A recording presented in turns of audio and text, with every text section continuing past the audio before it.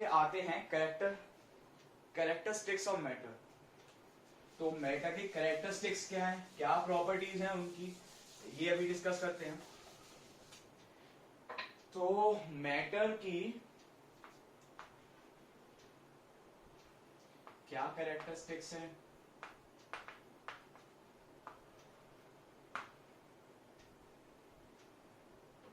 सबसे पहले आती है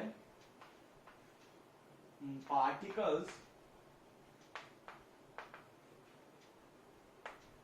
ऑफ मैटर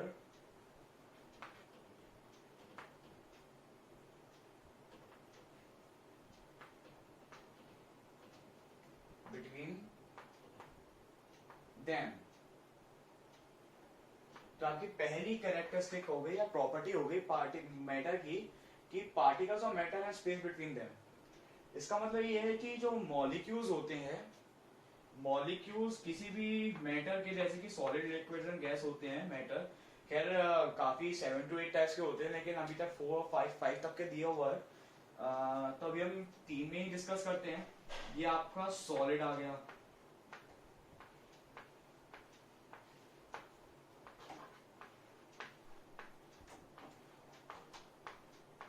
ये आपका सॉलिड आ गया। सॉलिड्स जो है आपके ये हैं। सॉलिड्स में मॉलिक्यूल्स क्लोजली पैक्ड होते हैं, उनमें नेग्लिजिबल स्पेस होती है, तो इनकी कंप्रेसिबिलिटी भी होती है। अभी सॉलिड्स की प्रॉपर्टीज पढ़ेंगे तो उनका जो एक यूनिट एरिया में इतने मॉलिक्यूल्स होते हैं, डेंसिटी हो गई वो, मॉलिक्यूल्स जो हैं ये क्लोजली पैक्ड होते हैं, इनमें नेग्लिजिबल स्पेस होती है। थोड़ी थोड़ी तो हर एक में होती है, लेकिन इसमें नेग्लिजिबल ना के समान होती है। तो इनमें particle of matter space between them इनमें नेग्लिजिबल होती है। उसके बाद दूसरा आता है आपका स्टेट लिक्विड। लिक्विड में थोड़ी सी स्पेस होती है एज कंपेयर टू सॉलिड्स। हाँ, ये नहीं है कि वो टाइटली पैक्ड है या लूजली है, काफी लूज है, ऐसा नहीं है। उनमें मीडियम स्पेस है, सॉलिड से थोड़ी ज्यादा, गैस से कम। तो इनकी सॉलिड से कम स्पेस है, मतलब सॉलिड से ज्यादा स्पेस है। उसके बाद फिर गैस आते हैं। गैसेस में नेग्लिजिबल स्पेस, मतलब नेग्लिजिबल फोर्स ऑफ अट्रैक्शन होता है, मतलब इनमें ना के समान ही फोर्स ऑफ अट्रैक्शन होता है, इनमें मतलब स्पेस ही स्पेस होता है। ये पार्टिकल्स इतने में इसमें सबसे ज्यादा मैक्सिमम स्पेस जो पार्टिकल्स या मॉलिक्यूल्स के बीच में है वो गैसेस में होती है सबसे ज्यादा। तो इसमें फिर आपको पता चल गया होगा पार्टिकल ऑफ मैटर है स्पेस बिटवीन देम। सॉलिड्स में नेग्लिजिबल, लिक्विड्स में सॉलिड से ज्यादा, लेकिन सॉलिड से ज्यादा और गैस से कम होती है, और गैस में सबसे ज्यादा होती है गैसेस जो होती हैं, कोई सी भी गैस हो। तो ये हो गया आपका पार्टिकल्स ऑफ मैटर है स्पेस बिटवीन देम। दूसरा है particles of matter are constantly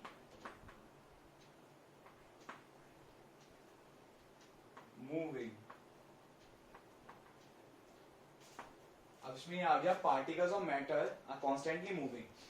तो इसमें क्या है कि जो पार्टिकल्स होते हैं, ये जैसे कि सॉलिड से हो गए, लिक्विड्स के हो गए, ये कॉन्टिन्यूअस है, मतलब लगातार मोशन में है।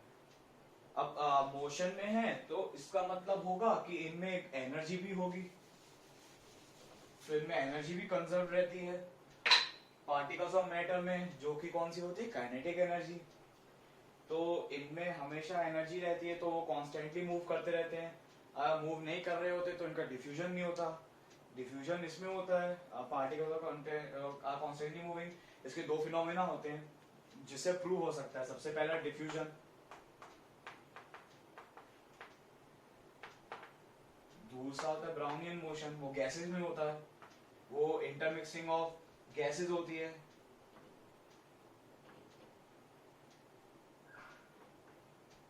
ये गैसेस से रिलेटेड होती है। ये लिक्विड्स एंड सॉलिड से रिलेटेड होती है, लिक्विड्स टू लिक्विड्स, और सॉलिड्स टू लिक्विड, सारी गैसेस गैसेस में होती है ब्राउनियन मोशन, और डिफ्यूजन लिक्विड और सॉलिड में होती है। डिफ्यूजन क्या होता है? The intermixing of molecules of two different matters, जैसे कि लिक्विड एंड सॉलिड। ऐसे शुगर सॉल्यूशन हो गया, उसमें आपका जो शुगर क्रिस्टल्स होते हैं काफी माइन्यूट होते हैं लेकिन दिख जाते हैं। वो एक वाटर व्हीकल लिया, उसमें आपने शुगर हाफ फिल्ड है, उसमें आपने शुगर क्रिस्टल्स को डाल दिया,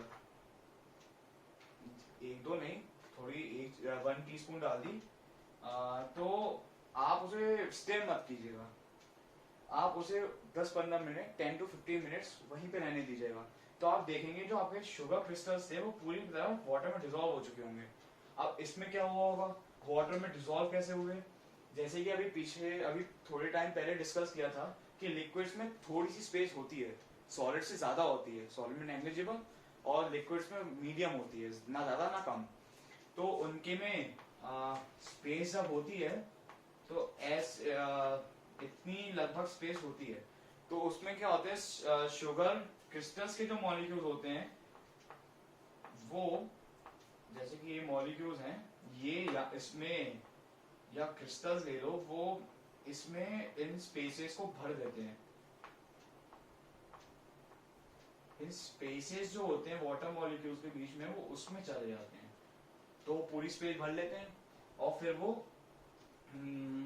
वो पूरी स्पेस भर के फिर शुगर सॉल्यूशन बना देते हैं।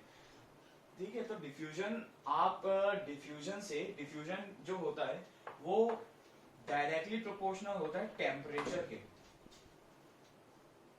Diffusion is directly proportional to T, मतलब डिफ्यूजन का रेट जितना टेम्परेचर बढ़ेगा उतना डिफ्यूजन का रेट भी बढ़ेगा। टेम्परेचर, इसका एग्जांपल आप ये लीजिए, एक सैचुरेटेड सॉल्यूशन जो बनते हैं, जैसे कि शुगर सॉल्यूशन के सैचुरेटेड सॉल्यूशन बनते हैं, जैसे कि आपके कोल्ड ड्रिंक्स जो बनती हैं वो सैचुरेटेड सॉल्यूशन होती है शुगर की। 8 to 9 टीस्पून ऑफ वाटर वो शुगर होता है और डिसॉल्व किया जाता है 100 to 200 इतना समथिंग में। तो वो टेम्परेचर को पहले 1 टीस्पून डालते हैं, फिर 2 टीस्पून डालते हैं, फिर 2 के बाद थर्ड जब डालते हैं तो वो डिसॉल्व नहीं होती। टेम्परेचर में एट टेम्परेचर, तो टेम्परेचर को इंक्रीज करते हैं, तो उनका डिफ्यूजन जो होता है, उनके अंदर काइनेटिक एनर्जी ज्यादा, काइनेटिक एनर्जी फॉर्म होती है, तो उनकी फिर स्पेसेस बनने लग जाते हैं। वाटर मॉलिक्यूल्स में हीटअप जब होता है तो स्पेसेस ज्यादा बनने लग जाते हैं, और फिर शुगर का भी डिफ्यूजन का रेट बढ़ जाता है, तो इनके में एनर्जी फिर तुरंत से जाकर इनके स्पेसेस में बैठ जाते हैं। जब इनके स्पेसेस इंक्रीज होते हैं तो इनकी जो वाटर मॉलिक्यूल्स के बीच की जो स्पेसेस होती है वो इंक्रीज होने लग जाती है।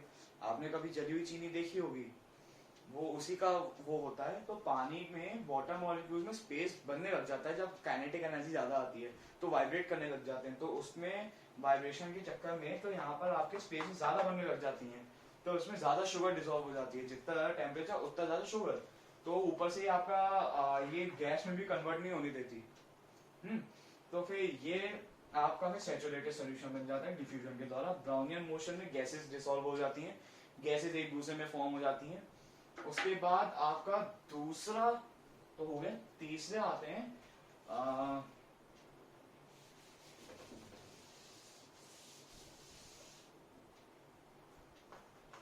तीसरा था particles of matter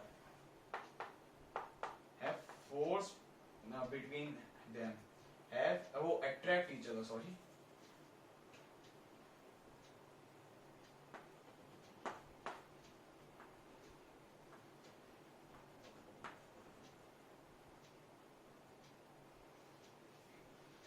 particles of matter attract each other. इसका मतलब ये है कि आप ऐसे डायरेक्टली फोर्स ऑफ अट्रैक्शन कह सकते हैं, particles of matter attract each other. आप इसे दूसरे फॉर्म में फोर्स ऑफ अट्रैक्शन भी कह सकते हैं। फोर्स ऑफ अट्रैक्शन दोनों आपस में कितना फोर्स ऑफ अट्रैक्शन, मतलब आप समझ जाइए, दोनों एक दूसरे को कितना पुल कर रहे हैं आपस में, अट्रैक्ट, जैसे नॉर्थ साउथ पोल अट्रैक्ट होते हैं मैग्नेट में, वैसे ही इनमें पार्टिकल्स एक दूसरे को अट्रैक्ट करते हैं। तो फोर्स ऑफ अट्रैक्शन में डिफरेंट मैटर में अलग अलग होता है, जैसे कि सॉलिड्स में सबसे ज्यादा मैक्सिमम होता है, लिक्विड्स में मीडियम होता है, गैसेस में नेग्लिजिबल फोर्स ऑफ अट्रैक्शन होता है। तो ये जो स्ट्रक्चर होते हैं सॉलिड्स के, ये आपका आ गया सॉलिड्स के मॉलिक्यूल्स का अरेंजमेंट, ये आपका आ गया सॉलिड्स के मॉलिक्यूल्स का अरेंजमेंट। तो इसमें सबसे मैक्सिमम फोर्स ऑफ अट्रैक्शन होता है, फोर्स ऑफ अट्रैक्शन मैक्सिमम। तभी तो सॉलिड्स अपनी शेप इजीली चेंज नहीं करते, जब उनको फोर्स ज्यादा एक्सर्ट करते हैं उनकी शेप चेंज करने में, तो वो टूट जाते हैं, रिजिड होते हैं, सख्त होते हैं। जैसे कि आप ले लीजिए आयरन नेल टूटती तो नहीं है, लेकिन तब भी आयरन नेल सबसे मैक्सिमम तो नहीं, लेकिन हाँ सॉलिड सारे मैक्सिमम होते हैं। जैसे कि आइस क्यूब्स मत लीजिएगा, उसमें भली हाँ उसमें भी होते हैं, अगर आप फोर्स एक्सर्ट करके उन्हें ढीला करने की कोशिश करते हैं, शेप चेंज करने की कोशिश करते हैं, तो उसके टुकड़े टूट जाते, मतलब टुकड़े टुकड़े हो जाते हैं। आयरन नेल में सबसे ज्यादा फोर्स ऑफ अट्रैक्शन होता है सॉलिड में, नो डाउट। उसके बाद आपका लिक्विड्स का फोर्स ऑफ अट्रैक्शन आता है। ये लिक्विड्स के अरेंजमेंट है मॉलिक्यूल्स के, इसमें मिनिमम तो नहीं, खैर सॉलिड से कम होता है। फोर्स ऑफ अट्रैक्शन जो होता है इसका, वो सॉलिड से एज कंपेयर टू सॉलिड वो कम होता है, सॉलिड से थोड़ा सा तो नहीं, खैर थोड़ा सा माइनर होता है फोर्स ऑफ अट्रैक्शन। उसके बाद फिर आपका आता है गैसेस का। तो गैसेस में नेग्लिजिबल फोर्स ऑफ अट्रैक्शन होता है, गैसेस में नेग्लिजिबल फोर्स ऑफ अट्रैक्शन होता है, नेग्लिजिबल फोर्स ऑफ अट्रैक्शन होता है गैसेस में। इसका मतलब उनमें फोर्स ऑफ अट्रैक्शन जो है वो मिनिमम होता है, सबसे कम। नेग्लिजिबल मान लीजिए होता है, लेकिन ना के समान होता है।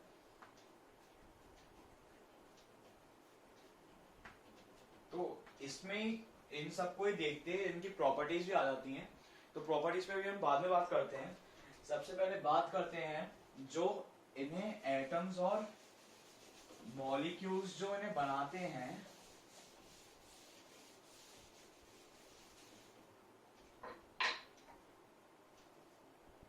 मैटर आ गया आपका सबसे ऊपर। मैटर किस किस से बना होता है, थोड़ी सी इंफॉर्मेशन दूंगा मैं, ज्यादा नहीं, फिर चैप्टर पे चलेंगे। फिर आपका ये पार्टिकल ऐसा मान लेते हैं, पार्टिकल, फिर पार्टिकल्स में आपका मॉलिक्यूल्स आ जाता है, फिर आपका एटम्स आ जाता है। अभी हम इसे एटम्स तक ही रहने देते हैं, इलेक्ट्रॉन्स प्रोटॉन्स और थर्ड चैप्टर में पढ़ेंगे। तो आपका मैटर, पार्टिकल, मॉलिक्यूल्स, एटम्स। तो सबसे पहले मैटर सबसे स्मॉलेस्ट फॉर्म होता है, ये हम कहते हैं। उसके बाद फिर डिविजिबल पार्टिकल्स मानते हैं हम, क्या कहते हैं पार्टिकल्स में, पार्टिकल्स मॉलिक्यूल्स के बने होते हैं। मॉलिक्यूल्स का अरेंजमेंट मैंने अभी आपको दिखाया था डिफरेंट डिफरेंट मैटर्स में। फिर मॉलिक्यूल्स के बाद एटम्स आते हैं। मॉलिक्यूल्स क्या होते हैं, मॉलिक्यूल्स एटम्स के कॉम्बिनेशन होते, मतलब कॉम्बिनेशन मतलब एक एटम्स का ग्रुप सिमिलर चीज का। जैसे कि आपने ले लिया आयरन है, उसमें आयरन के ही एटम्स होंगे, आयरन के एटम्स के कलेक्शन को हम एक मॉलिक्यूल कहेंगे। वैसे ही मॉलिक्यूल्स का अरेंजमेंट है। सबसे छोटा मैटर, सबसे छोटा एटम जो जिसका होता है वो हाइड्रोजन का होता है। सबसे स्मॉलेस्ट हाइड्रोजन का होता है। तो आपका अंदाजा लगाने के लिए, मतलब आपको बताने के लिए कि एटम्स कितने छोटे होते होंगे, मैं अभी आपको बताता हूं। 1 मिनट जस्ट।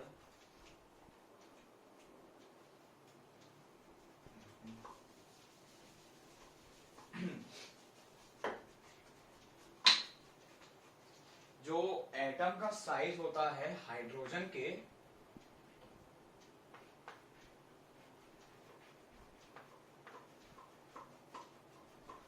वो होता है 0.35 नैनोमीटर।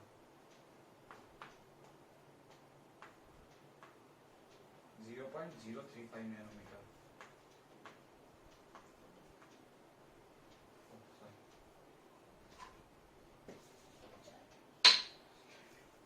और 1 नैनोमीटर कितना होता है, मैं बताता हूँ। 1 नैनोमीटर आपका आ जाता है 9 into 10 raise to the power minus 10 raise to the power minus 9 metre.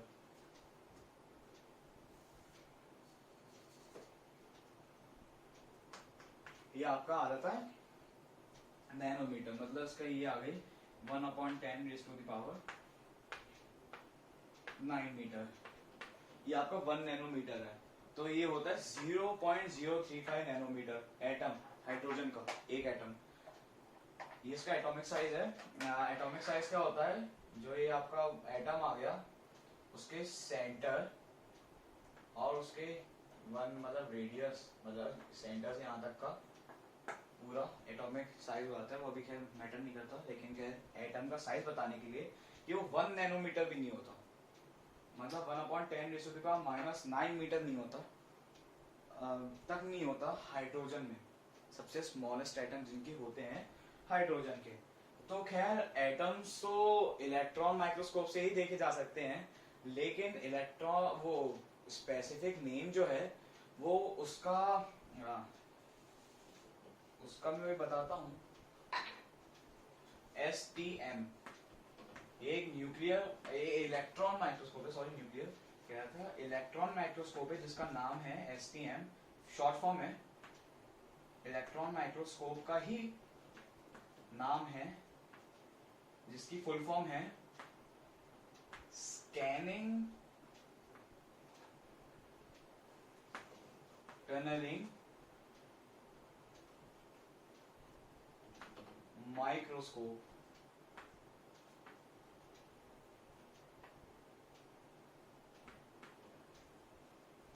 Scanning tunnelling microscope, जो कि इलेक्ट्रॉन माइक्रोस्कोप का ही पार्ट है, मतलब उसी का ही दूसरा नाम है, इलेक्ट्रॉन माइक्रोस्कोप का पार्ट है, मतलब नाम है उसका स्कैनिंग टनलिंग माइक्रोस्कोप। उससे भी आपको कंप्लीटली नहीं दिखता कि आपको ऐसा अरेंजमेंट नहीं दिखेगा एकदम क्लियरली, जैसे कि आपको ऐसे एटम्स का अरेंजमेंट मिल गया एक मॉलिक्यूल में ऐसे ऐसे करके, आपको ऐसा नहीं मिलेगा, आपको ब्लर दिखेगा। जैसे कि आप जब किसी चीज को कुछ ज्यादा ही मैक्सिमम जूम करके जब देखते हैं आप किसी चीज को, जितना ब्लर दिखता है उससे ज्यादा ब्लर आपको एटम्स दिखते हैं जब आप इससे देखते हो। तो आपका ये कंप्यूटर से या डेस्कटॉप से कनेक्ट हो जाता है, इसमें कैमरास फिट होते हैं अंदर, काफी हाई जूम के साथ इनके कैमरास होते हैं, आपके डेस्कटॉप से कनेक्ट होकर आपको दिखा देते हैं, लेकिन तब भी ब्लर दिखते हैं, लेकिन हाँ दिखते हैं। फ्यूचर में पता नहीं, फ्यूचर में आपको शायद से एटम के अंदर इलेक्ट्रॉन्स प्रोटॉन्स भी दिख सकते हैं। उस टाइम भी इम्पॉसिबल था एटम्स को देखना, इस समय भी इम्पॉसिबल लगता है, लेकिन बाद में शायद से हो सकता है। तो ये आपका आ गया था कि आपने अंदाजा लग ही गया होगा कि एटम्स कितने छोटे होते हैं। सबसे छोटे वाले का है जिसके सबसे छोटे होते हैं।